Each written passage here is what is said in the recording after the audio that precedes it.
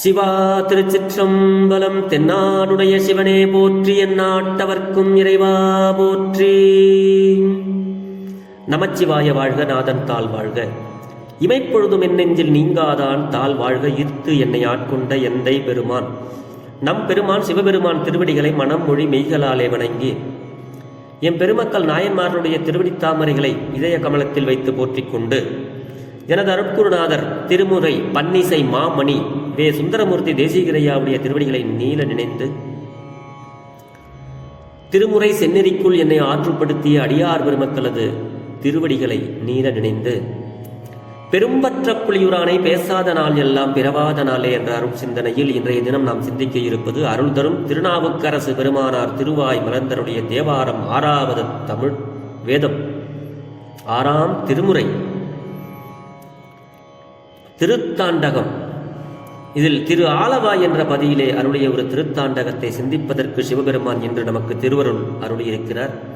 இந்த பாடலை அடியேன் முதலில் ஒரு சிறிய தொகுப்பாக உங்களோடு பகிர்கிறேன். என் இதயத்தில் உள்ள இறை சிந்தனையை அவன் மேல் உள்ள பற்றினால் இந்த பாடலை நான் பாடி உங்களோடு பொருள் பகிர்கிறேன். பிழையேது இருப்பினும் மன்னிக்கவும். திருச்சிற்றம்பலம்.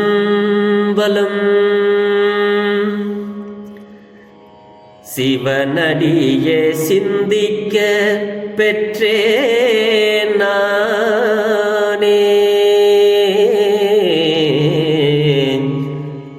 முளைத்தானை எல்லார்க்கும் முன்னே தோன்றி முளைத்தானை எல்லார்க்கும் முன்னே தோன்றி முதிரும் சடைமுடி மேல் முகிழ்வெண் திங்கள் முளைத்தானை எல்லார்க்கும் முன்னே தோன்றி முதிரும் சடைமுடி மேல் முகிழ்வெண் திங்கள் வலைத்தானை வல்ல சுரர் புறங்கள் மூன்றும் வலை வரை சிலையா வாசுகிமான கோத்து துளைத்தானை சுடு சரத்தால் துவல நீர தூமுத்த வெண்முறுவல் உமையோடு ஆடி திளைத்தானை தென்கூடல் திரு ஆலவாய் சிவனடியே சிந்திக்க பெற்றே நானே சிவனடியே சிந்திக்க பெற்றே நானே முளைத்தானை எல்லார்க்கும் முன்னே தோன்றி முதிரும் சடை முடிமேல் முகிழ்வெண் திங்கள் வலைத்தானை வல்ல சுரபுரங்கள் மூன்று வரை சிலைய வாசுகிமான கோத்து துளைத்தானை சுடு சரத்தால் துவல நீரா தூமுத்த வெண்முறுவல் உமையோடு ஆடி திளைத்தானை தென்கூடல் திரு ஆலவாய் சிவனடியே சிந்திக்க பெற்றேன் நானே சிவனடியே தென்கூடல் திரு ஆலவாய் சிவனடியே சிந்திக்க பெற்றேன் நானே.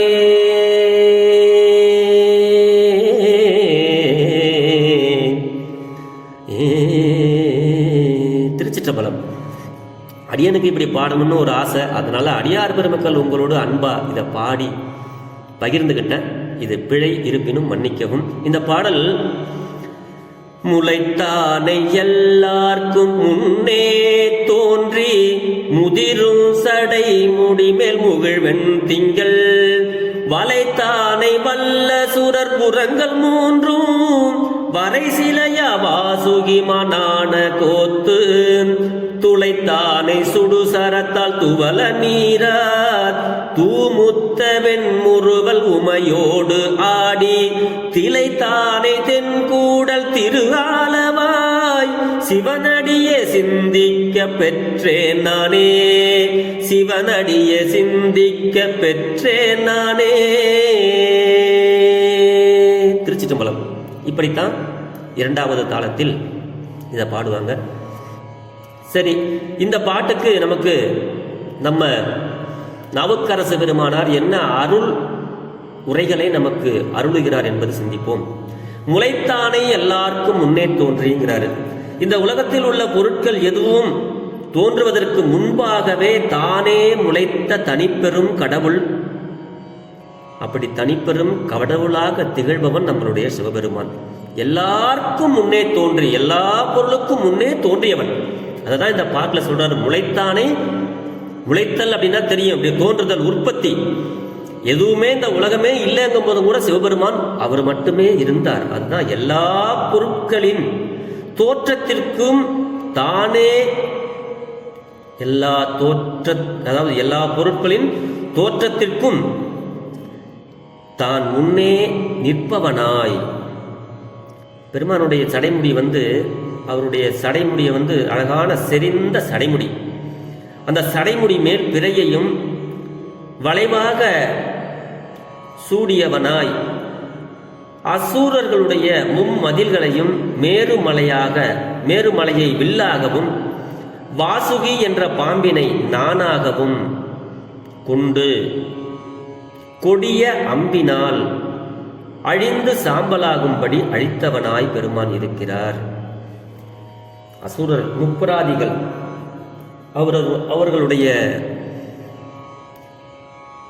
அவர்களை எல்லாம் அழிந்து சாம்பலாகும்படி அழித்தவர் பெருமான் கொடிய அம்பினால்.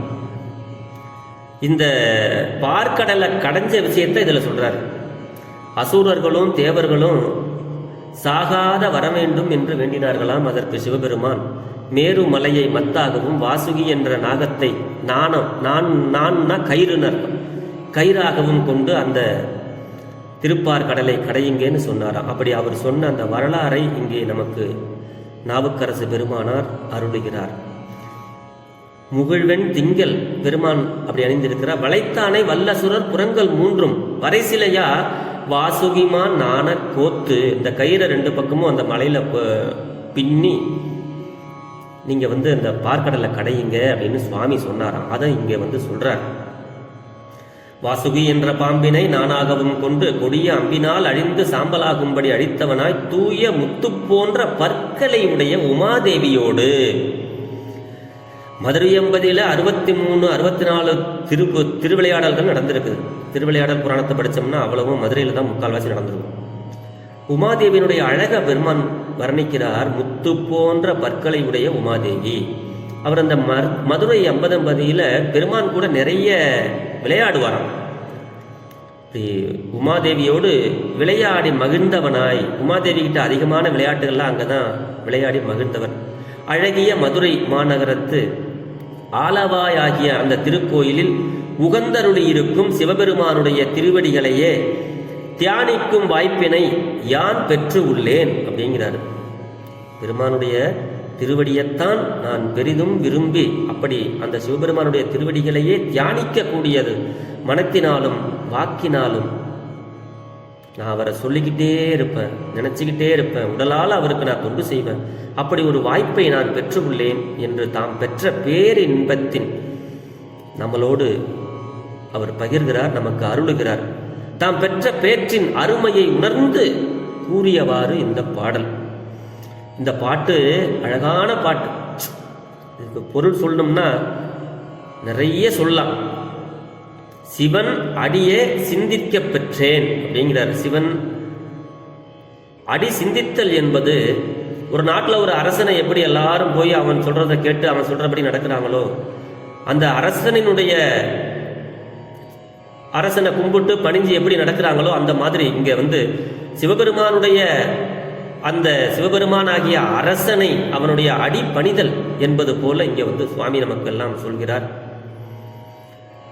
அவர் பெற்ற அந்த பேற்றினை அருமையாக உணர நின்றது. நாமெல்லாம் உணர வேண்டும் என்பதற்காகவே இந்த பாட்டலை சொல்றார். முளைத்தானை என்பது முதலாக வருவித்து கூறிய பலவற்றிற்கும் அவனது அருமையை உணர்த்துதலே கருத்தாயிற்று. பெருமானுடைய அருமையை உணர்த்துதலுக்கு தான் இது பொருள் அப்படின்னு சொல்லி சுவாமி தானே தோன்றி முளைத்த ஈஸ்வரன் அப்படி நிறைய இடங்கள்ல இருக்கும், நம்ம பார்த்துருக்கலாம். மூர்த்திகளுக்கெல்லாம், ஏனைய தலங்களில் உள்ள லிங்க மூர்த்திகளுக்கெல்லாம் முன்னே தோன்றி முளைத்த தான் தோன்றியாகிய சுயம்புவாக எங்கேயெல்லாம் சிவபெருமான் இருக்கிறாரோ அப்படி சுயம்புவாகிய லிங்கமூர்த்தி எனவும் உரைப்பார்கள். நிறைய இடங்கள்ல சுவாமி தானே சிவலிங்கமா உருவெடுத்திருப்பார். அப்படி அதுதான் முளைத்தானை எல்லாருக்கும் முன்னே தோன்றி வளைத்தானை அணிந்தான் சுடுசரம் கோத்து அதனால் துளைத்தானை என்றது கருத்து கொள்க. உமாதேவி அவங்களுடைய உடலானது துவல உடல் மெலியவும் துவலவும் நீராகவும் ஆடி என்க. உமையது மேனி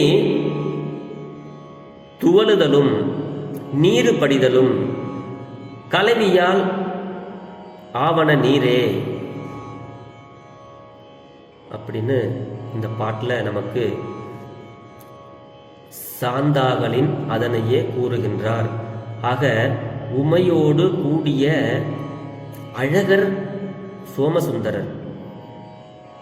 அதனால நாவுக்கரசு சுவாமிகள் இந்த மாதிரிலாம் நமக்கு அருள் சொல்றாரு. கூடல் என்பது மதுரை நகரத்திற்கு ஆலவாய் என்பது அங்கு உள்ள கோயிலுக்கும் பெயர். இது திருக்கோயிலின் பெயர் ஆகிய ஆலவாய் என்பதே பின்னர் நகரத்திற்கு ஆகி வழங்கிற்று. தென்கூடல் திரு ஆலவாய் என்பது நெறியாகிய ஒரு பெயராக நமக்கு வந்தது. ஆக ஆலவாய் சிவனடியே நாம் எல்லாம் என்று சிந்திக்க பெற்றோம். தென்கூடல் திரு ஆலவாய் அது மதுரை என்பதையே குறிக்கும். ஆக இன்றைய தினம் நமக்கு சுவாமி யாரும் தோற்றுவிக்கல, அவரே தோன்றினார். எல்லாருக்கும் முன்னே தோன்றினார். அவர் ஆதியும் அந்தமும் இல்லாத அருட்பெரும் ஜோதியாக அவர் இருக்கிறார். அருவமாகவும் உருவமாகவும் அவர் நமக்கெல்லாம் காட்சி கொடுக்கிறார். அப்படிப்பட்ட பெருமானை நாம் எல்லாம் மனதார தியானித்து அவருடைய திருநாமங்களை சொல்லி நாவார பாடி அவனுடைய புகழ்ச்சியை என்ன என்பதை நாமெல்லாம் இந்த திருமுறை பாடல்களின் மூலம் தெரிந்து கொண்டு திருமுறைகளை பாடுவோம். 12 திருமுறை பாரெல்லாம் பரவி வாழ வேண்டும். அதற்காக நாம் எல்லாம் திருமுறைகளை ஓத வேண்டும்.